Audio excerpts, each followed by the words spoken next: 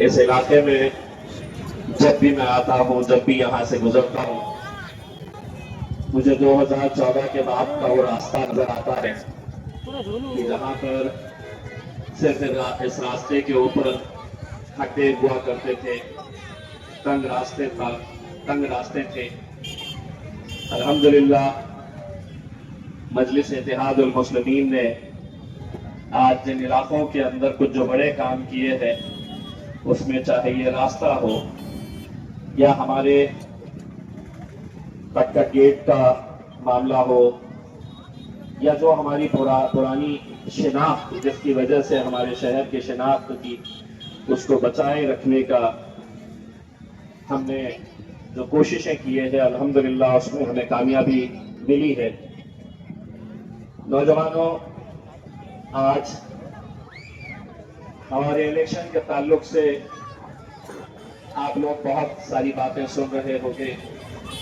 मैं सिर्फ इतना आप लोगों से कहना चाहता हूं, अगर हमारा ईमान पुख्ता है, अगर हम अल्लाह पे यकीन रखते हैं, तो इस बात के ऊपर भी यकीन रखना चाहिए कि तुइज़्ज़ु मन तशा व तुज़िल्लु मन तशा, इज्जत का और जिल्लत का देने वाला खुदा है। अगर हमारे हिस्से में जीत लिखी है तो अल्लाह गैब से जरिए बनाता है। अगर हमें लोकसभा के अंदर हारना पड़ा, मुझे मालूम है कि उस दिन आपकी कैफियत कैसी थी, आप लोग कितने मायूस थे, कितने नाराज थे। यकीनन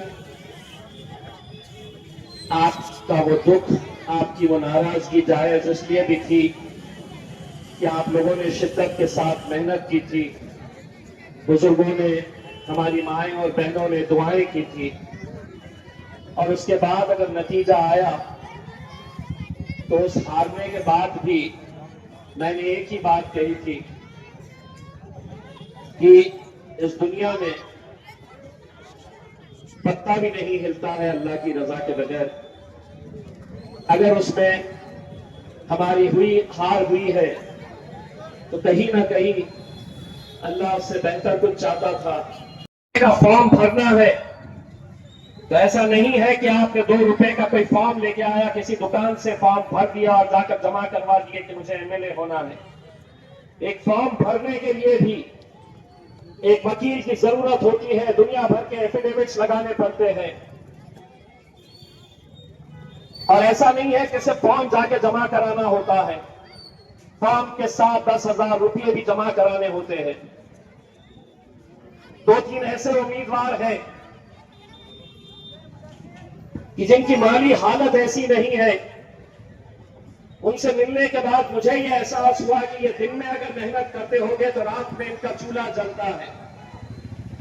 लेकिन ये भी 10,000 रुपये कहां से लेकर आए हैं ये इलेक्शन लड़ने के लिए? आप अच्छी तरह से समझ चुके होंगे ये साजिशों को। मेरा सिर्फ यही कहना है, मैंने लोकसभा में भी यही कहा था,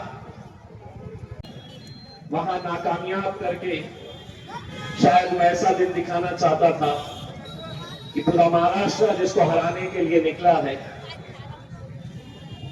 और अल्लाह की रजा है तो 23 तारीख के दिन पूरे हिंदुस्तान के मुसलमानों की नजरें इस औरंगाबाद की ईस्ट की सीट के ऊपर इसलिए लगी हुई है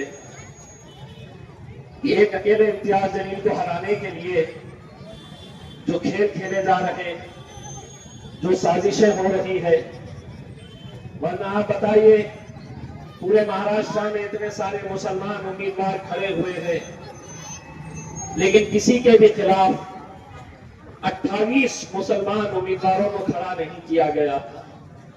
मेरे खिलाफ 28 मुसलमानों के उम्मीदवार खड़े किए गए, जो महाराष्ट्र के अंदर सबसे ज्यादा किसी एक मुसलमान को हराने के लिए वो खुद से खड़े नहीं हुए हैं, उन्हें खड़ा किया गया है।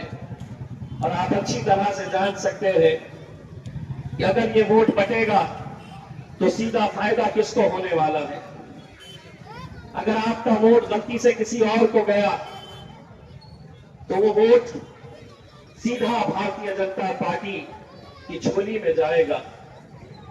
और उसी साजिश को उन्होंने अंजाम देते हुए अलग अलग इलाकों से मुसलमानों को टिकट देकर खड़ा किया। किसी को कहा गया कि तुम्हें 200 वोट लेना है, किसी को 500, किसी को 1000, और उसकी कीमत तय की गई। किसी होती है। सवाल ये पैदा होता है कि आखिर कब तक ये कौम महज 15 लोग 20 लोग इसका सौदा करते रहेंगे। ये कौम का सौदा करने वाले हर 5 साल के बाद उनके आते हैं। क्या वजह है